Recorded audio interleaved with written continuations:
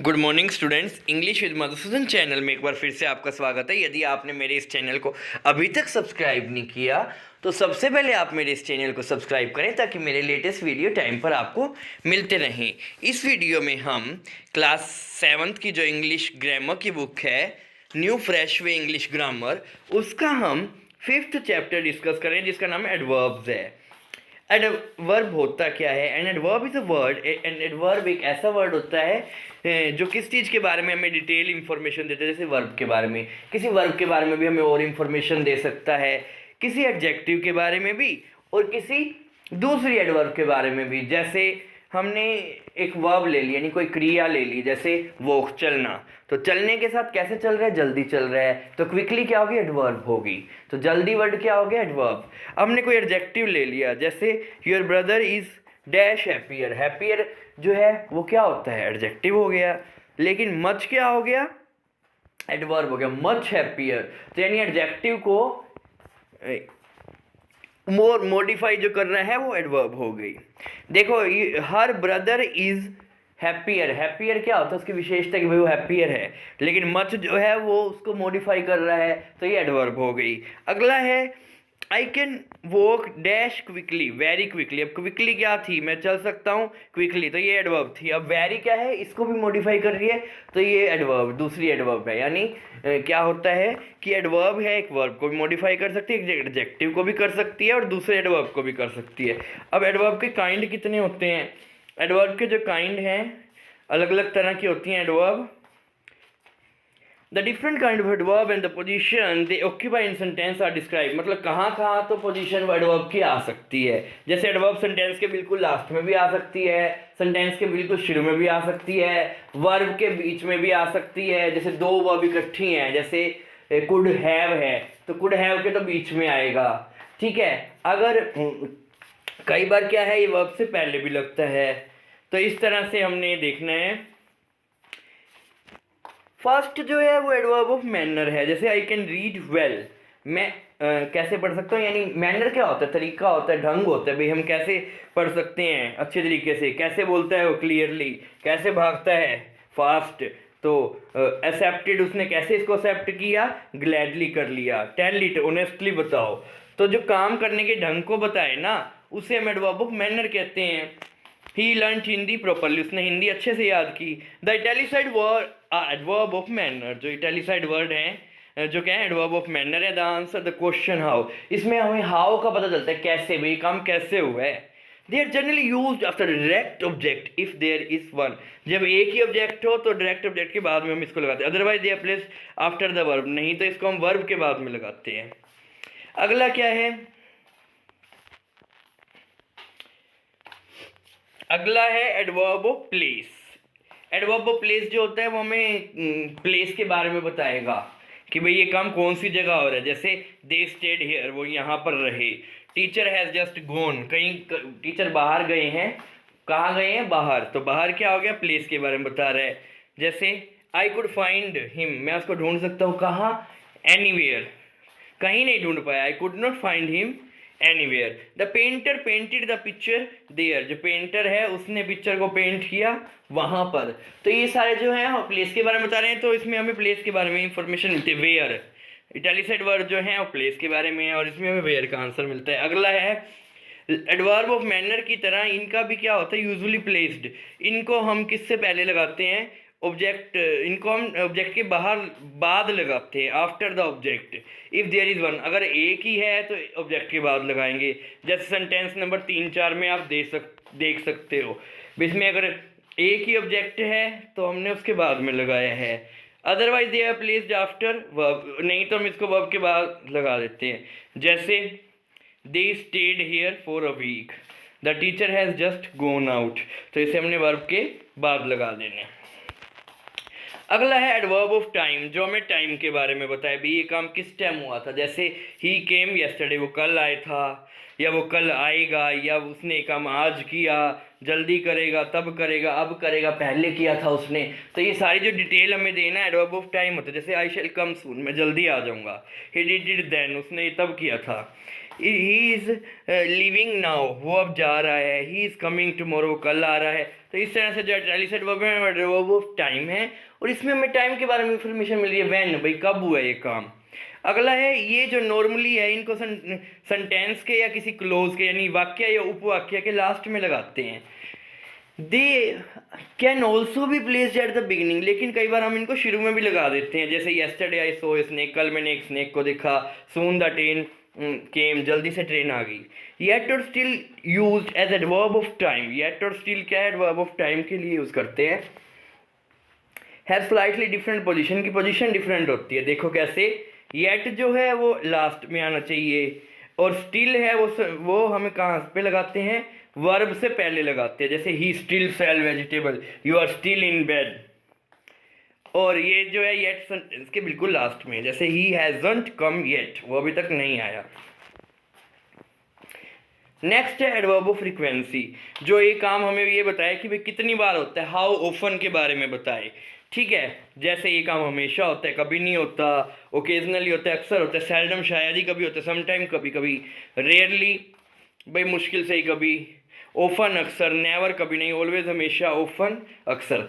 He is always present, वो हमेशा ही present होता है। यू आर नेवर लेट, तुम कभी भी लेट नहीं होते हो।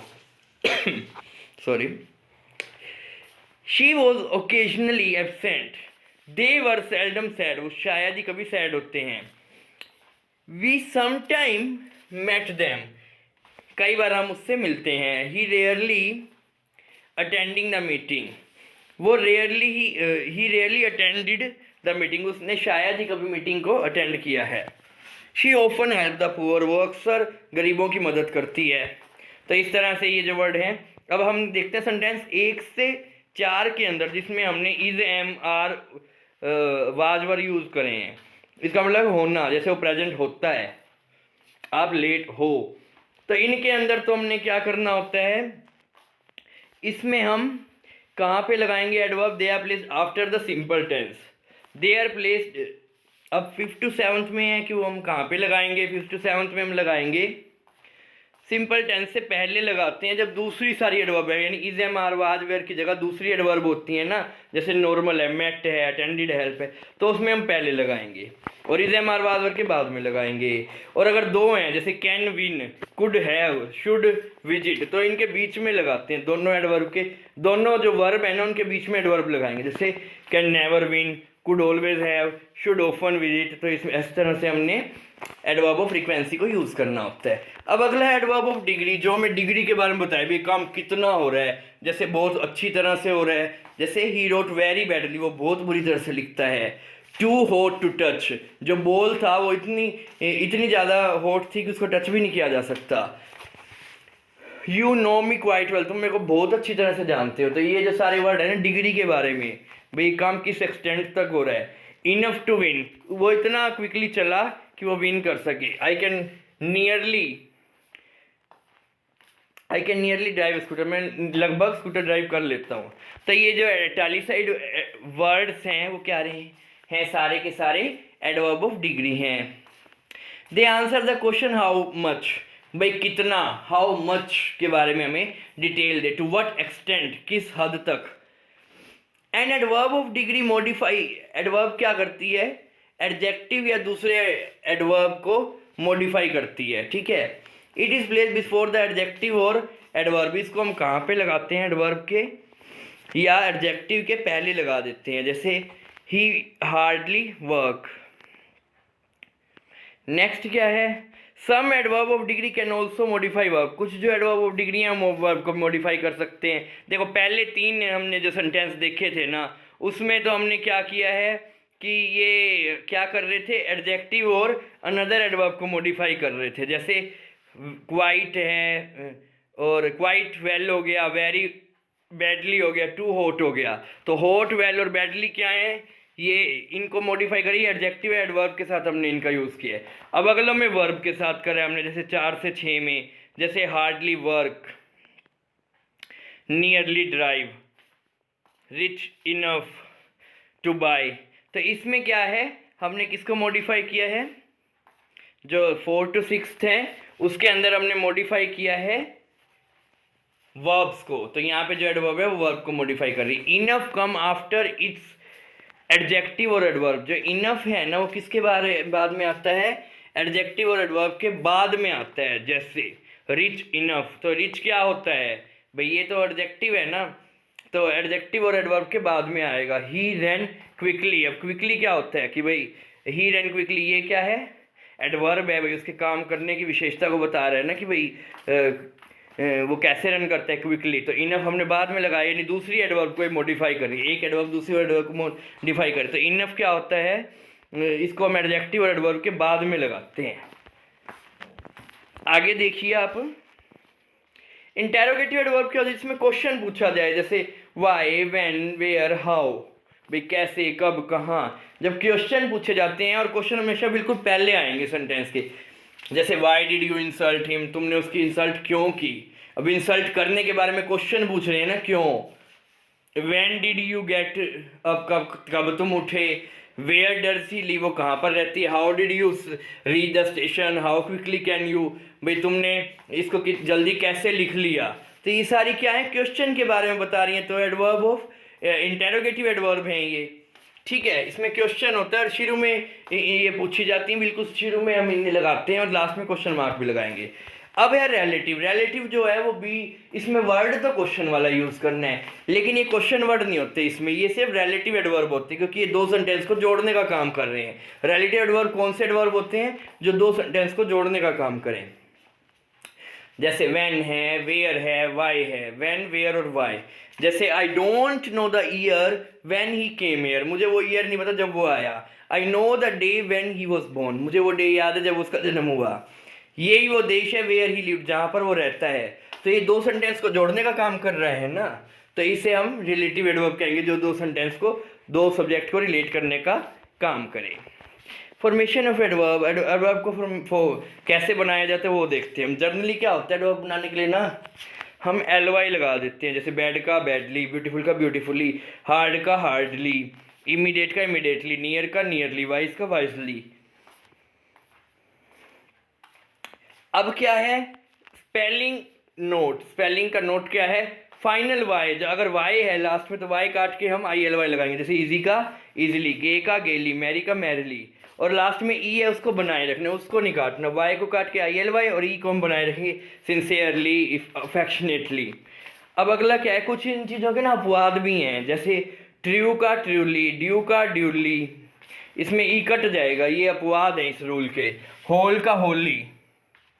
एडजेक्टिव एंडिंग जब एबल है या फिर बी एल ई है तो उसको हम क्या करेंगे, ई को छोड़ देंगे और वाई लगा देंगे, जैसे एबल का एबली, नोबल का नोबली, डबल का डबली, पॉसिबल का पॉसिबली, और गुड का हम क्या बनाते हैं, वेल बनाते हैं। अब कंपैरिजन ऑफ एडवर्ब, अब एडवर्ब का कंपैरिजन जब हमने करना है तो क्या करेंगे, नॉर्मली तो भाई वेल होता है, जैसे ही प्लेज वेल, लेकिन जब कंपैरिजन कर रहे हैं दो में तो बेटर करेंगे, he plays better than his younger brother, he plays best of all, ठीक है। पहले में वेल लगाया हमने। गुड का देखो हम क्या करते हैं, गुड को वेल बना देते हैं, लेकिन कंपैरिजन में बेटर कहेंगे, और सब में अगर हमने बेस्ट देखना हो, सब में लास्ट में तो बेस्ट लगता है, he plays best of all. जैसे शी स्पोक जेंटली, वो जेंटली बोलती है, तो कंपैरिजन में मोर जेंटली, और सब में बेस्ट देखना हो तो मोस्ट जेंटली होगा, सुपरलेटिव डिग्री में मोस्ट जेंटली। अगला है फॉर्मेशन ऑफ डिग्री, डिग्री को हम कैसे बनाएंगे, एडवर्ब फॉर्म द कंपैरेटिव, जो एडवर्ब होती हैं ना वो कंपैरेटिव और सुपरलेटिव डिग्री बनाती हैं। जब एक मात्रा हो यानी सिलेबल हो, एक मात्रा है, सिलेबल का मतलब है एक वावल साउंड हो, जैसे फास्ट में फो ओ है ना, तो फास्ट में अ जो साउंड हो गई वो एक वावल है, यानी इसमें एक ही वावल की साउंड आ रही है, तो इसमें हम कैसे बनाते हैं, ई आर और ई एस टी लगा के, जैसे faster fastest, harder hardest, louder loudest, nearer nearest, सुनर सुनरेस्ट।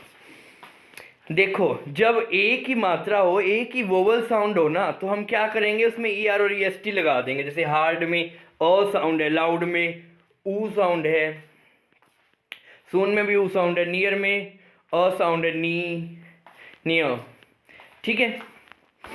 आगे क्या है, adverb ending in L Y, जिसमें एल वाई से खत्म होती हैं एडवर्ब, उसमें हम क्या करेंगे, मोर और मोस्ट लगा देते हैं। जैसे ब्यूटीफुली का मोर ब्यूटीफुली, मोस्ट ब्यूटीफुली, केयरफुली का मोर केयरफुली, मोस्ट केयरफुली, स्किलफुली का मोर स्किलफुली, मोस्ट स्किलफुली, वाइज का मोर wisely, most wisely.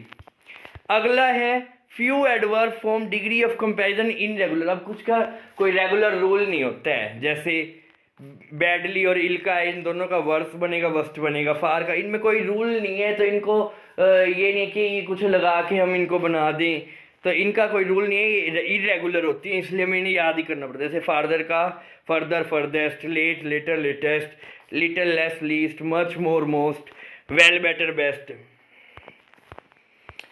Use of some adverb, adverb का यूज कैसे करना है, जैसे वेरी का यूज है, वेरी को कहाँ पे यूज करते हैं, हम एडजेक्टिव और एडवर्ब के साथ हम यूज करते हैं पॉजिटिव डिग्री, नॉर्मल डिग्री में। जैसे सुनील इज वेरी हैप्पी, तो हैप्पी क्या हो गया, एडजेक्टिव हो गया, तो वेरी क्या हो गया, उसमें जो है वेरी क्या हो गया, एडवर्ब हो गया। जैसे ही रन क्विकली, अब वो कैसे चल रहा है, चलने की विशेषता बता रही है, एडवर्ब है, एडवर्ब को मॉडिफाई क्या कर रहा है, वेरी वर्ड कर रहा है, तो ये दूसरी एडवर्ब होगी वेरी।